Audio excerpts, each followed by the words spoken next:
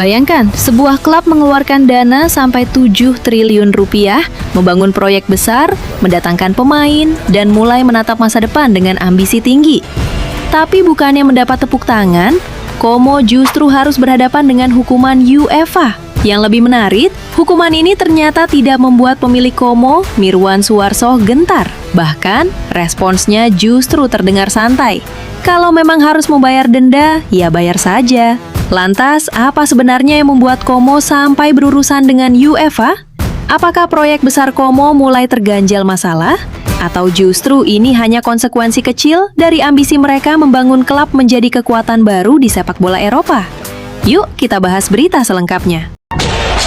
Saka, it's done really well. Havertz is running through, the broken down is goal!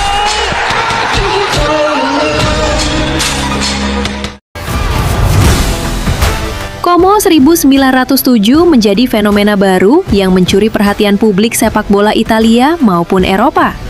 Pasalnya, sepak terjang klub yang disokong Jarum Group ini dinilai sangat luar biasa. Setelah berhasil mengamankan tiket promosi ke Serie A pada musim 2024-2025, performa mereka terus meroket.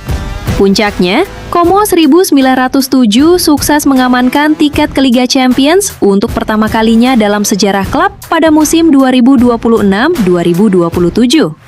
Kesuksesan di lapangan tak lepas dari langkah agresif manajemen dalam memperkuat kedalaman skuad. Menurut laporan La Gazzetta dello Sport, Como telah membelanjakan dana sebesar 342 juta euro, sekitar 7,03 triliun rupiah, khusus untuk mendatangkan pemain baru sejak kembali ke kasta tertinggi Liga Italia. Angka raksasa tersebut bahkan belum mencakup pengeluaran gaji pemain, renovasi fasilitas latihan di Mozzate, serta proyek modernisasi Stadion Giuseppe Sinigaglia senilai 64 juta euro agar memenuhi standar UEFA. Pada musim perdana mereka kembali ke Serie A atau periode 2024 sampai 2025, Ilariani menginvestasikan 110 juta euro sebagai fondasi awal. Sejumlah pembelian mahal dilakukan, seperti Maxence Kakeret dari Lyon, 15 juta euro, Anastasios Doufikas dari Celta Vigo, 14 juta euro, dan Asane Diao dari Real Betis, 12 juta euro. Pada periode yang sama, Como juga jeli mendaratkan pemain murah yang kini menjadi tulang punggung tim, seperti Nico Paz, 6 juta euro, Marc-Oliver Kempf, 2,5 juta euro, dan Gian Butes, 2,1 juta euro. Kendati begitu, tak semua rekrutan berbuah manis.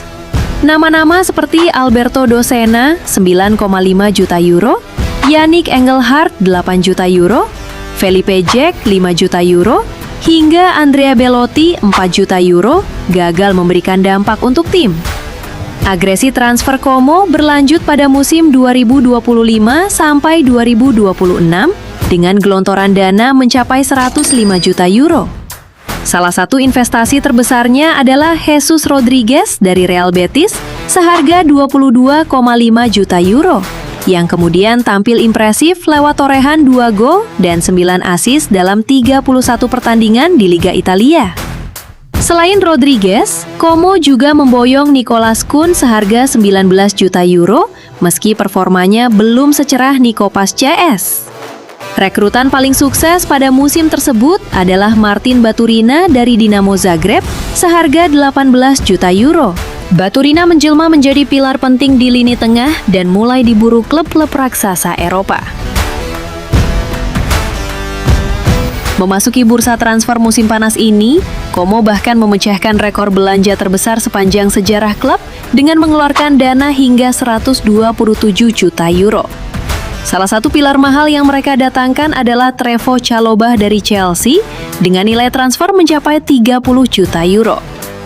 Pengeluaran yang tergolong masif bagi klub semenjana membuat keuangan Como mulai masuk dalam radar pengawasan UEFA terkait potensi pelanggaran regulasi FFP. Klub asal Lombardia tersebut berisiko terkena sanksi apabila terbukti mencatatkan beban pengeluaran yang jauh melebihi ambang batas pendapatan resmi klub.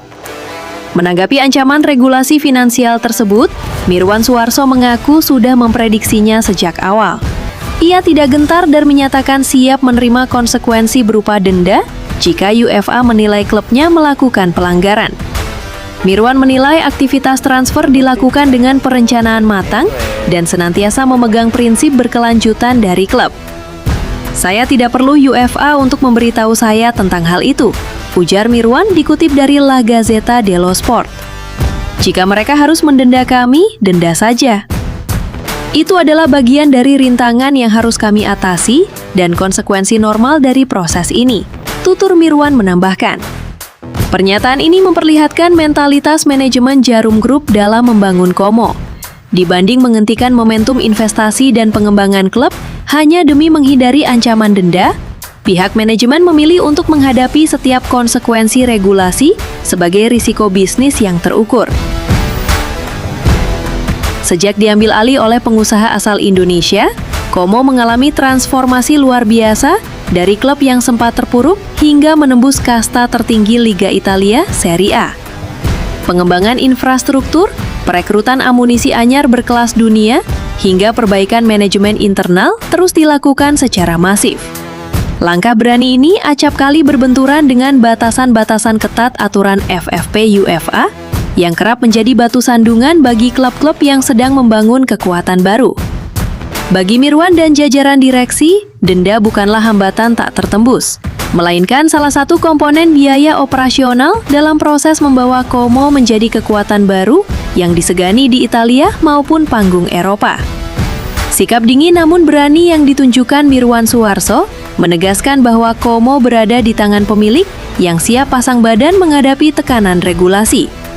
Pernyataan tersebut tak hanya membakar semangat para pendukung Como, tetapi juga mengirimkan sinyal kuat kepada para pesaing bahwa proyek ambisius Ilariani tidak akan goyah hanya karena ancaman sanksi teknis dari otoritas sepak bola.